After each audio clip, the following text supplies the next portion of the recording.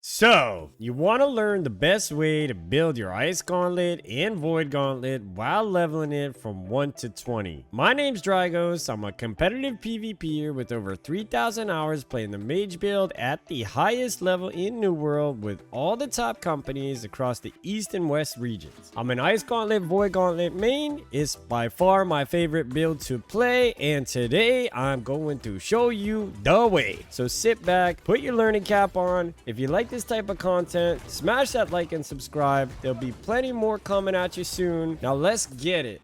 Alright, let's look at attributes super quick. Now, there's no cookie cutter build that's like, oh, I'm level 20, I should have this much intellect and this much constitution. It really just depends on how you feel you're doing in the world. But the main thing and the prioritization that I kind of opt for is stack as much intellect as I can until I need or feel like survivability is an issue, in which case I'll put constitution in. So the main choke points that you want to aim for as quickly as possible with the intellect are the 150 choke point, which gives you 15% elemental damage. That's a huge damage boost just for hitting this choke point. The other big choke point is the 200 choke point for intellect, which gives you 10 mana back for each dodge. That is huge because it will change this playstyle completely for this build and make it so that you don't have to slam mana pots all the time. The other thing to kind of look out for constitution is the 50 choke point, which will make your health consumables 20% stronger. So once you hit that, that's a big deal for your consumptions. And the other big choke point is the 100 choke point, which gives you 10% more health based on your physical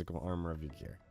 Alright, let's talk about the best way to build the Ice Gauntlet when leveling it from 1 to 10 and then 11 to 20. So the main thing to focus on here is optimizing as much damage as we can with our AoE abilities. That's our Ice Storm. So what we do at level 1 is we get Ice Spike. This is great for single target, but it actually doesn't become very powerful until you're able to get all the way down the tree for spiky reach. However, because in the early stages of leveling this weapon, we want to focus on AoE, we go straight for Ice Storm, and then we want to beef up Ice Storm by increasing the damage that it does by 10% for targets under 50% health. We want to reduce the mana cost, and the thing that we really want as quickly as possible is Punishing Storm. So that's your first 5 talents. Punishing Storm will increase the amount of damage by up to 50% for your Ice Storm if there's 5 targets in there. So for each mob that's in your Ice Storm, it'll increase the damage it does by 10% up to 5 times. So that's 1 through 5. After that, we don't really want to get anything in the Ice Tempest tree because there's nothing super valuable, but the thing that we do want eventually is Ultimate Chill. So that's why at level 11 we'll respec and we'll actually come straight for Ultimate Chill. But until then, what we'll opt for is the Builder tree. We'll get Quick Frost, which is kind of a passive talent that doesn't really do too much, but it's there and we need it in order to get to Ice Shower. We grab Ice Shower, we increase the duration of Ice Shower by 7 seconds, and this is huge because it helps a lot with hurting, it helps a lot with survivability and such. If you don't want Ice Shower and instead you want to go more of a PvP build or a little bit more of a survivability build, you can actually instead go for Entomb and then grab Refreshing Frost as our level 10 ability.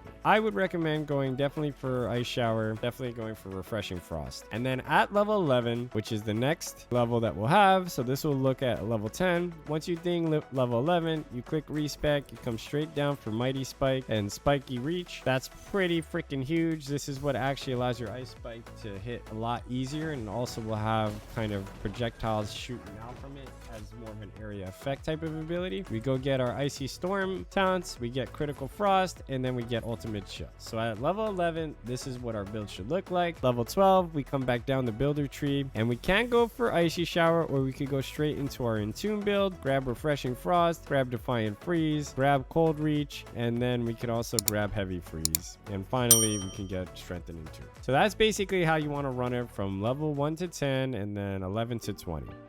Alright, let's talk about the best build for leveling your Void Gauntlet with. Now, I just want to start off and say this. There's a few ways that you can take it. There's 2 completely different playstyles depending on what your flavor is. However, in the early levels of the weapon, I do think that running one way is much stronger and optimal, and you actually get the most value out of the earlier abilities. Whereas something like Orb of Decay, which is one of my favorite abilities and playstyles, is not very good until you're able to get Detonating Orb. And so investing early points in the Decay tree tree to get all the way down here doesn't yield that much value. There's so much more in the annihilation tree that you can get early on, and then later on when you have a bunch of points available, you could actually respec and then play the detonating orb style. So the way that we kind of build this from the beginning is we go for Void Blade, which is insane for PvE. It's the highest single target ability, damage ability that you're going to get for this weapon. It's great for single target, it's great for AoE, it absolutely slaps, and it also rends the target, which increases the damage that they receive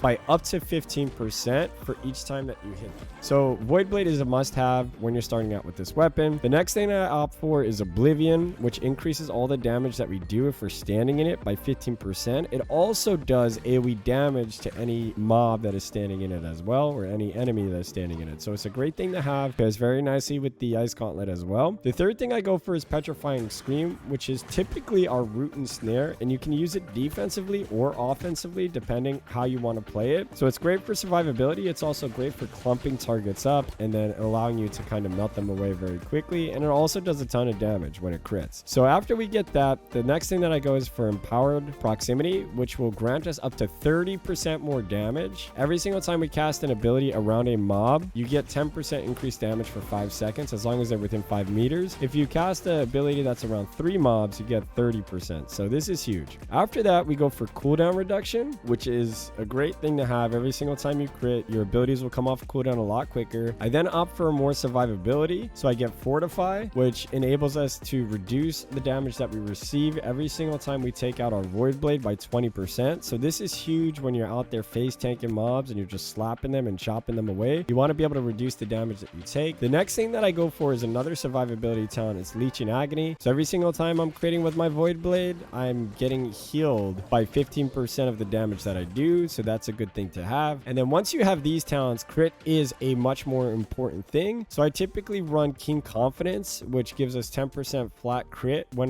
we're above 50% health. Then I get Keen Immunity, which gives us another 10% when all of our abilities are on cooldown. So that's an additional 20% crit that we get just from the passive talents. Finally, I go for Refreshing Frailty, which is another cooldown reduction ability when you're hitting abilities that are affected by debuffs, and those debuffs come from things like your Void Blade Disintegrate. And then finally, I get Vicious Void, and I go for Void Caller, which is basically like a self-healing thing. So this build gives you a ton of survivability, a ton of mitigation, a ton of damage, and it is really good to kind of level with. What I like to do at this point is actually go into my Orb of Decay tree. So I like to respec at this point. I come straight down for Orb of Decay because I like playing as a ranged. I'm going to get Radiant Efficiency to help reduce the mana that it costs to actually use this build. I'm dropping Void Blade from now on. You can run it if you choose, but I prefer to play completely ranged at this point. I go for my Keen Confidence, my Oblivion, my Scream. Just like the other build, I go for the Refreshing Precision. I go for Keen Humility, and then I get Empowering Proximity. I also grab Leeching Agony, which will put us back to the same amount of points that we were before. And then from here, I go for Refreshing Frailty, and then I start going down the PvP talents. So I go for Bone Chilling Voice,